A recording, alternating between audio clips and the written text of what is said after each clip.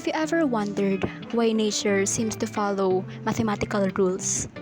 From the spirals in seashells to symmetries in butterflies, we can say that patterns are everywhere. And since these concepts, the pattern, the symmetries, are under the concept or the course of mathematics, can we say that mathematics is everywhere? Good day to the echoes out there. This is Recursion Radio. I am Maria Francesca Rania. I am Angel Charm Rabino. My name is Christian Razon. My name is Jesus Rivera. I am John Paul El Reino. And this is Recursion Radio. An echo sent a message asking, Dear Recursion Radio, is MMW a difficult course? Who wants to answer that question? I'll go first. Okay. For me, MFW is, yes, it is difficult. Hi. Because as someone na galing sa UMS, dalawang subject lang ang inaral namin na math, which is yung Gen Math and Statistics and Probability. So parang nag-gap ako nung inaral muli namin yung MMW kasi hindi na ako familiar sa ibang concept ng mathematics. Kaya nahirapan ako. What about you, Christian? Ako naman kasi galing sa Strana ABM. So, walang medyo math doon. Yung accountancy sa amin kasi puro yung inventory, ito ganun, tapos yung presyo lang noon, ipa-plus lang naman. Wala nga talagang, hindi talaga deep sa math. Kaya hindi ko alam yung masyadong, parang bago lang sa akin yung MMW. How about you, Hesu? Is it difficult for you? Kasi di kasi ako Hindi ka mahilig sa math? di ako mahilig sa math. Do you hate math in general or parang may mga topic lang na di May nasasabayan? mga topic lang. Pero yung mga basic naman ng math, okay lang yung Kaya ko lang. kaya lang. Very good. Ikaw po?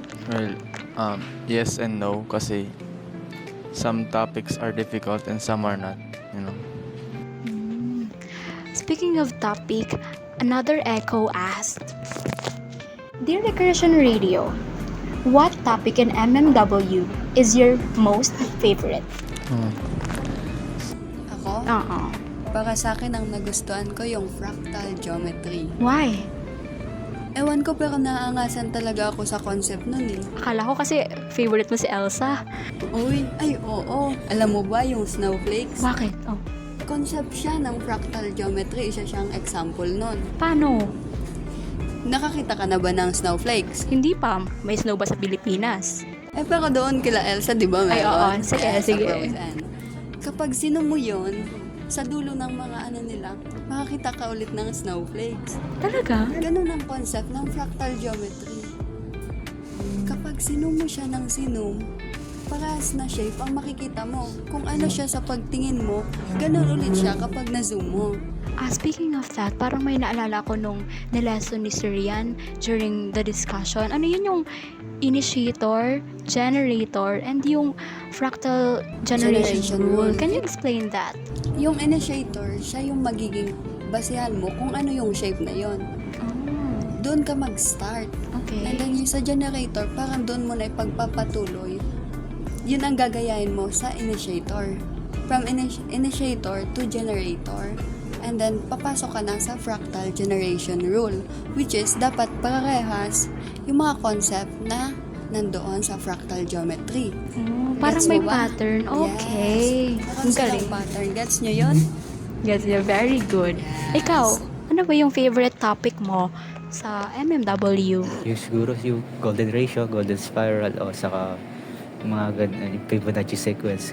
Kasi yung golden ratio naman, madali lang intindihan kung sa sequence na yun, kung hanggang patagal, puro 1.61 lang naman yun, tas yung golden spiral naman, makikita yun sa mga bawat sa nature o kaya sa mga arts. Kasi pag gano'n naman yun, sa pabilog lang, spiral, parang nga po. Tas yung Fibonacci sequence naman, ano lang naman yun, yung parang 0, 1, 1, parang sinabi niyang initiator, tas yung umpisa uulitin lang naman, kaya 0, 1, 1, 3, 5, 8 pa, tapos sunod na sequence na yan. Kaya ganun, madali lang sa akin parang madali lang sa atin yung Fibonacci sequence sa golden ratio. Kasi nakikita rin naman yung sa kahit saan at nagagamit yung mga yon.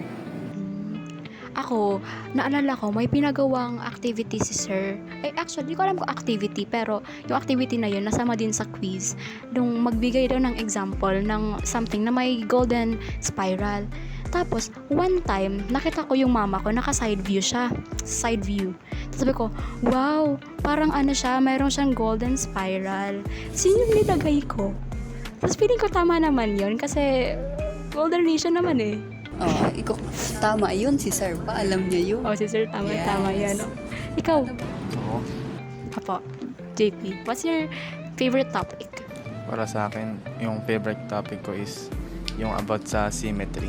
Kasi, para pag nakita ko yung symmetry, like, kasi, magandang tingnan. Para siyang art, kumbaga. Kumbaga, parang balance yung pagka-design. Ako kasi, mahilig po kasi ako sa mga art, kung mga drawing kaya ganun. Alam nyo nga, yun ang ko. Yung second choice ko is, architect. Kaya, yun. Ay, ngayon lang yan nabulgar. Yes, si architect pala to eh. Ayun, no. Go. Hindi ko tanong. Mahal eh. Mahal. Tapos bibilin yung yung mga pen, drawing, papel, tas yung table, di ba? May table yan. Mga ganun. Alam niyo ba yung trend na yung sa TikTok, yung back, yung merong inverted filter. Yes. Tinry mo ba yun? Ayoko na ulitin yun. Bakit? Na-insecure lang ako eh. Same. Kasi hindi siya symmetrical. Pero kahit naman hindi pero meron talaga mga tao kahit hindi symmetrical yung face or asymmetrical, magaganda. Yes. Kasi nasa facial harmony naman yan eh. And ang galing talaga ng mathematics kasi parang yung aesthetics, kumbaga, mayroon siya napapagitang maganda kahit hindi balance. Oo. Kayo, na-try niyo na ba yung filter na yun? Oo. Tinry niyo ba yun? Oh. Ikaw, Kamusta? Symmetrical ba? Ayun Ikaw. yung pag-usapan. Ikaw. Di pa yata. Seso, na-try mo yun? Kumusta? Kamusta? Sobrang Grabe naman siya, sobrang pangit. Siguro lang. Pero feeling ko dapat nasa center kasi yun para Dapat nakatapat sa yung phone, tapos gano'n. dapat nasa center ka para magmukha talagang symmetrical. For me naman, ako naman tuloy sasagot ng second question. Favorite topic ko, siguro yung mathematical language and symbols. Bakit? Kasi, it's interesting to know that mathematics is first, precise. Second, it is concise. Third, is powerful. Mathematics pala is precise, meaning it is specific. Oo. And we use formulas to get a specific answer. And sa mathematics, hindi pwede yung okay na to, i-consider na to, hindi pwedeng ganon. Kasi sa mathematics, we find the right answer. We find the right number. We find the right solution. Therefore, it is precise. Second is it is concise. What do you mean by concise is it is short. Naalala ko, siguro ang good example dito is yung set builder notation. Yung sa set, di ba? Imbis na ilista mo yung lahat ng elements sa set, you can use the set builder notation to make it shorter. Kasi parang meron lang siyang condition like x such that x is an element of natural number and x is less than to something. Parang ganun. And with that set builder notation, kaya mo na lang yung sagutan. And it is concise. Maikli na lang siya. Hindi siya yung parang binabasa natin sa mga literature book na ang hahaba-haba ng mga English words, English sentences, the paragraphs, napakahaba. It is concise. Third is, it is powerful. Why is it powerful? Kasi yung mathematics, kaya niyang ma-explain yung mga difficult concept with just formula. Isipin mo yung mga quadratic formula, yung iba't ibang formula, na pag nagawa nila yun to explain a concept. That's why fascinating siya for me. It is an interesting topic sa MMW. So ano talaga nagtatak sa isip mo about doon sa topic na yon? Wala, yung tatlo. Kasi, kaya nga naalala ko pa until today. Ang galing mo. Grabe ba? Ikaw, meron ka pa?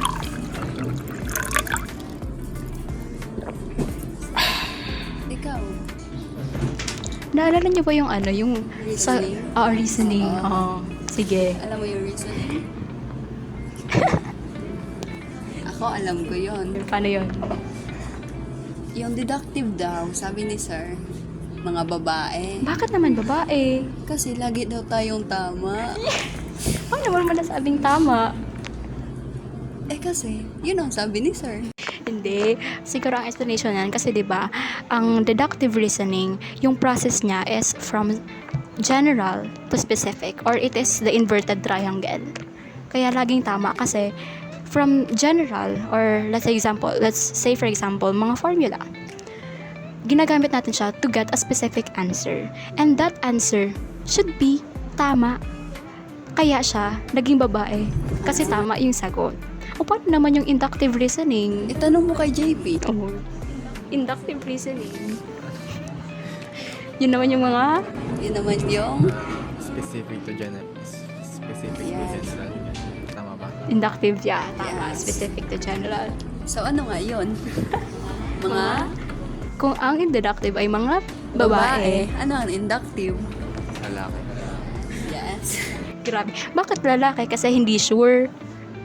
Hindi ba kayo sure ganon? Ganyan mo yun. Di ba kayo sure? Ano, Christian? Ano Sure sa'yo ka mo? ba? Hindi sure. Di sure. So tama si sir. Oh, tama. Na ang inductive is mga lalaki talaga. Oo. Explain mo pa nga ang concept ng inductive. Inductive. It's the triangle. Specific to general. Yes. I think, ginagamit natin siya when we use generalization. Actually, may fallacy nga yan eh. May error sa reasoning kasi, you make generalization. For example, all Bicolanos love spicy food. Angel is a Bicolana. Can we say that Angel loves spicy food? Just by the general observation na, Bicolanos love spicy foods. Di ba? Di ba? Kaya unsure, Yes. kaya ang result or outcome ng inductive reasoning is not sure, or hindi, wala pang certainty. And the deductive reasoning, there is certainty kasi the process is from general to specific. Ang galing, no? Galing. Para magagamit siya sa problem solving. Di ba? Ano pa? Can we say that the patterns we see in the universe guide us?